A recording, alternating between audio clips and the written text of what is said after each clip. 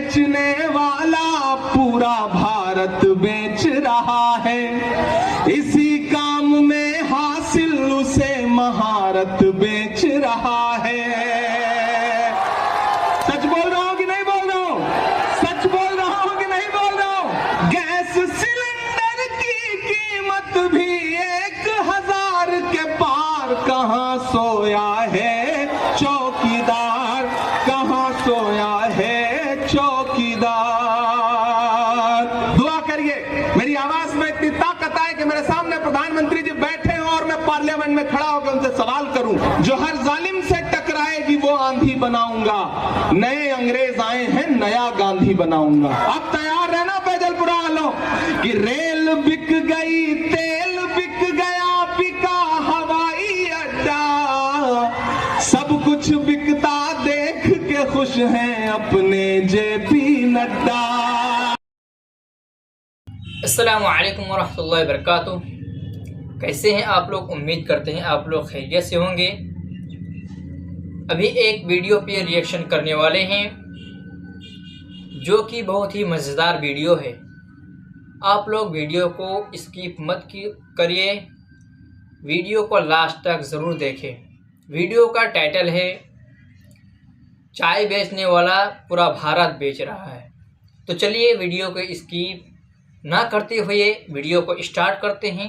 मौजूदा सरकार ये कह रही है कि हमने देश को अच्छे दिन दिए। ये कैसे अच्छे दिन है भाई? मैं तो ये अच्छे दिनों को देख करके शायर हूं तो हर जगह जाके ये 4 मिसरे पढ़ता रहता हूं कि मोहब्बत भाईचारे के दीवाने दिन ही लौटा दो। मैं सीधे उन्हीं से कह रहा हूं कि मोहब्बत भाईचारे के दीवाने दिन ही लौटा दो। वो सस्ती दाल सब्जी के सुहाने दिन ही लौटा दो। ये अच्छे दिन तो अंबानी अडानी को मुबारक हो। हमें ऐसा करो साहिब पुराने दिन ही लौटा दो। हमें ऐसा करो साहिब पुराने दिन ही लौटा दो। जिस गुजरात के विकास का ढिंढोरा पूरे देश में पीटा गया, उस गुजरात के विकास का सच जानना है तो मुझे सुनो आप। ये वो गुजरात है जहां सड़कों की हालत ऐसी है कि सड़क में गड्ढे या गड्ढे में सड़क है, आप अंदाजा ही नहीं लगा सकते। ये है गुजरात के विकास का सच। यहां हिलाने पे पुल टूट जाता है।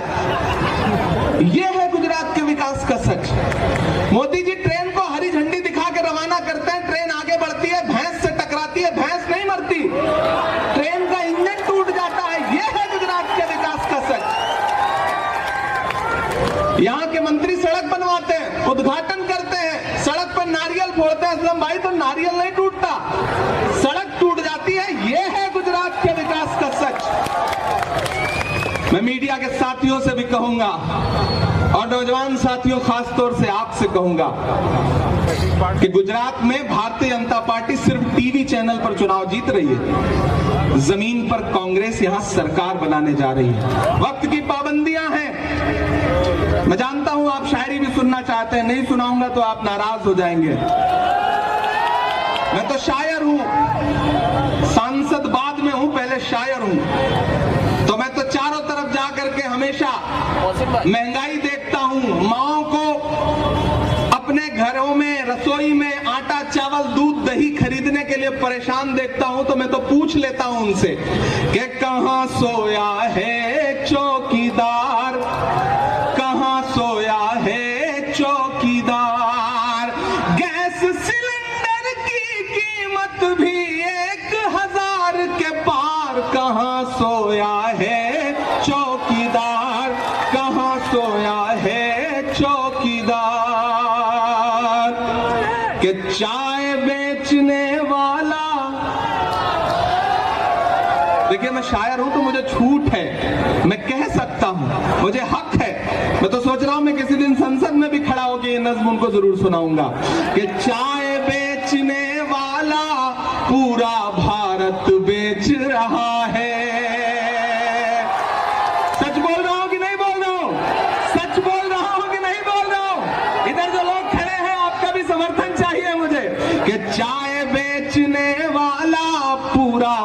भारत बेच रहा है। इसी काम में हासिल उसे महारत बेच रहा है। रेल बिक गई, तेल बिक गया, बिका हवाई अड्डा। अब तैयार है ना बैजलपुरा वालों कि रेल बिक गई, तेल बिक गया, बिका हवाई अड्डा। सब कुछ बिकता देख के खुश हैं अपने जेपी नड्डा।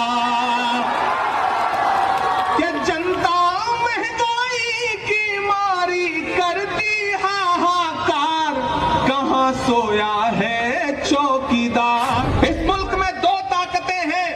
एक ताकत वो है जो सोचती है कि मुल्क उसकी तानाशाही से चलेगा, मुल्क उनकी मर्जी से चलेगा।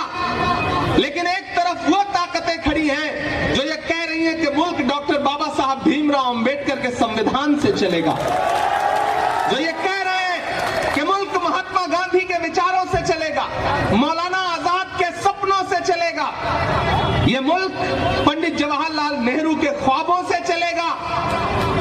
और उसी मिशन को लेकर के, उसी ताकत को लेकर के, नफरत के खात्मे के लिए एक शख्स है जो पिछले 83 दिन से हर रोज 25 किलोमीटर पैदल चल रहा है कन्याकुमारी से कश्मीर तक,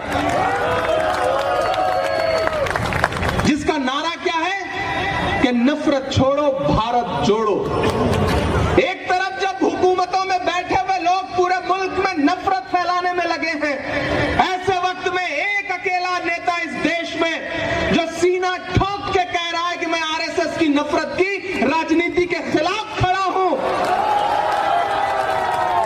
मैं देख के आया हूं उस यात्रा को, मैं शामिल रहा हूं उस यात्रा में, मैं चलता रहा हूं उस यात्रा में, मैं गांधी के गुजरात में खड़ा हूं। इसलिए भी ये बात कह रहा हूं कि मुझसे मीडिया के साथी कहते हैं इमरान साहब आप इस यात्रा के बारे में क्या सोचते हैं, तब मैं कहता हूं कि अगर मैं महात्मा गांधी के दौर में पैदा हुआ होता तो अंग्रेजों के खिलाफ उनके साथ भी पैदल चल रहा होता। लेकिन मैं अगर इस दौर के गांधी के साथ पैदा हुआ हूं, राहुल गांधी के साथ पैदा हुआ हूं, तो मैं उनके साथ भी अपने पैर के छालों की परवाह किए बगैर चल रहा हूं।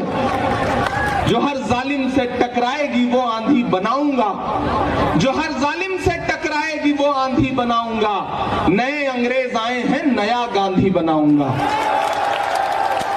नया गांधी, इस दौर का गांधी अपने पांव के छालों की परवाह किए बगैर 2000 किलोमीटर से ज्यादा चल चुका है, सिर्फ इसलिए कि मुल्क में भाईचारा आए, मोहब्बत आए, प्यार आए। मेरे भाई 5 दिसंबर को आपको ईवीएम की कतारों में खड़े होना है, पोलिंग बूथ पर जाना है। तो जब जाइए तो बुनियादी मुद्दों को याद करके जाइए।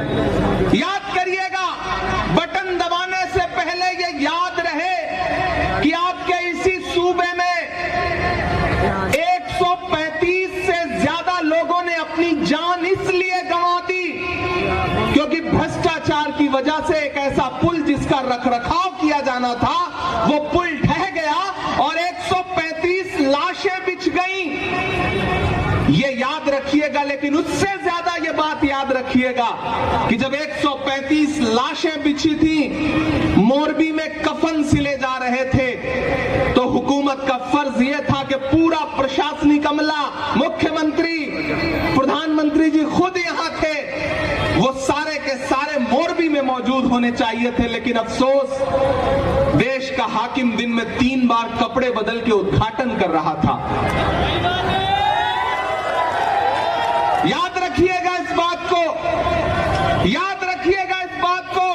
असलम साहब मुंबई से आए हैं, वो मंजर याद रखिएगा कि शाहरुख खान के बेटे आर्यन के पास से 5 ग्राम ड्रग्स की बरामदगी दिखा करके टीवी चैनलों पर सरकारी एजेंसियों ने जो तमाशा करवाया था उसे याद रखिएगा। लेकिन फिर यह भी याद रखिएगा कि इसी गुजरात के मुद्रा पोर्ट पर हजारों हजार करोड़ के ड्रग्स पकड़े गए और मीडिया में बात तक नहीं हुई। याद रखिएगा, याद रखिएगा नौजवान साथियों, आप खास तौर से याद रखिएगा कि यह गुजरात है जहां 40 लाख रजिस्टर्ड बेरोजगार हैं। है। और आप जब नौकरी पाने की तलाश में पर्चा भरते हैं तो पर्चा देने से पहले पेपर लीक हो जाता है। लगातार पेपर लीक हो रहे हैं। याद रखिएगा बटन दबाने से पहले कि ये गुजरात है, यहां शराबबंदी है, लेकिन इसी गुजरात में एक दिन में जहरीली शराब पीने से 70 से ज्यादा लोग अपनी जान गंवा देते हैं। और जब मैं और कांग्रेस के बाकी सांसद पार्लियामेंट में खड़े होकर के उस दौरान सरकार से कहते हैं कि जवाब दो इन 70 मौतों का गुनहगार कौन है, तो सरकार कहती है कि हम इस पर बात नहीं करेंगे। याद रखिएगा, जरूर याद रखिएगा, वो आपको भटकाने की कोशिश करेंगे। वो उनका एक मुख्यमंत्री आएगा, वो कहेगा कि राहुल गांधी की दाढ़ी तो सद्दाम हुसैन से मिलती है। वो आपको भटकाने की कोशिश करेगा, लेकिन जब उन्हें कहे तो पलट के आप उन्हीं से कह दीजिएगा कि भैया आप भी आईना देख लो, आपकी शक्ल भी मोदी जी के दोस्त नवाज शरीफ के जैसी लगती है। उन्हें कह दीजिएगा, मुद्दों पे डटे रहिएगा, पूछिएगा कि महंगाई कैसे बढ़ गई। आप तो कहते थे कि मैं चौकीदार हूं, मेरे हाथ में देश की तिजोरी सौंप दो, मैं खजाना नहीं लूटने दूंगा। लेकिन मेरी माओ बहनों, ये याद रखिएगा कि आज से 6 साल पहले एक दिन टीवी चैनलों पर वो नमूदार हुए और उन्होंने कहा कि भाइयों बहनों, आज से 500 और 1000 का नोट बंद। जानते हैं क्यों? क्योंकि आपने अपने पल्लू में छुपा करके, रसोई में आटे के डब्बे में छुपा करके जो थोड़े बहुत पैसे रखे थे ना घर वालों से, ताकि बच्चों की किसी मुसीबत में काम आए, उस पैसे को आपसे छीन के बैंक में जमा करवाना था, ताकि अपने उद्योगपतियों दोस्तों का कर्जा माफ किया जा सके, आपको लूट करके अमीरों की तिजोरी भरी जा सके। याद रखिएगा, तब जाइएगा और वोट करिएगा।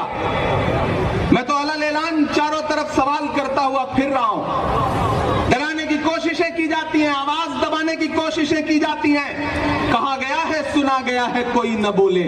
ज़बां दराजों को मशवरा है, कोई न बोले। अजीब लुकनत पसंद हाकिम से वास्ता है, जो चाहता है, जो सोचता है, कोई न बोले। लेकिन मैं बोल रहा हूं, क्योंकि मैं इसलिए जिंदा हूं कि मैं बोल रहा हूं। दुनिया किसी गूंगे की कहानी नहीं लिखती। याद रखिएगा कि जब प्रधानमंत्री जी लाल किले की प्राचीर पर खड़े होकर के महिला सम्मान, महिला सुरक्षा का भाषण दे रहे थे, तो उसी दिन, उसी के 2 घंटे बाद इसी गुजरात में भारत की एक बेटी बिल्किस बानो के बलात्कारी रिहा किए जा रहे थे। याद रखिएगा। अभी 7 दिसंबर से पार्लियामेंट का सेशन शुरू होगा।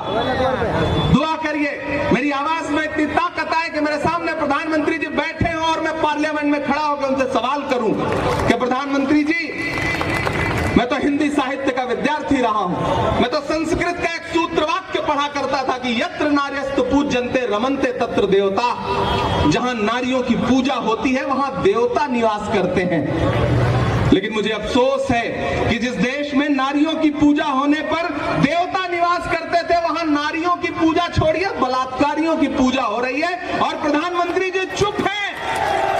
भारत की बेटी के लिए उनके पास एक शब्द नहीं है बोलने के लिए।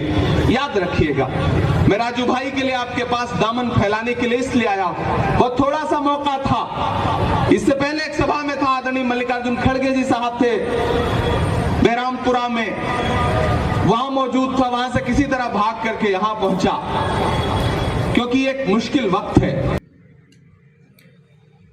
तो दोस्तों, वीडियो कैसा लगा? अगर वीडियो अच्छा लगा तो लाइक सब्सक्राइब ज़रूर करें।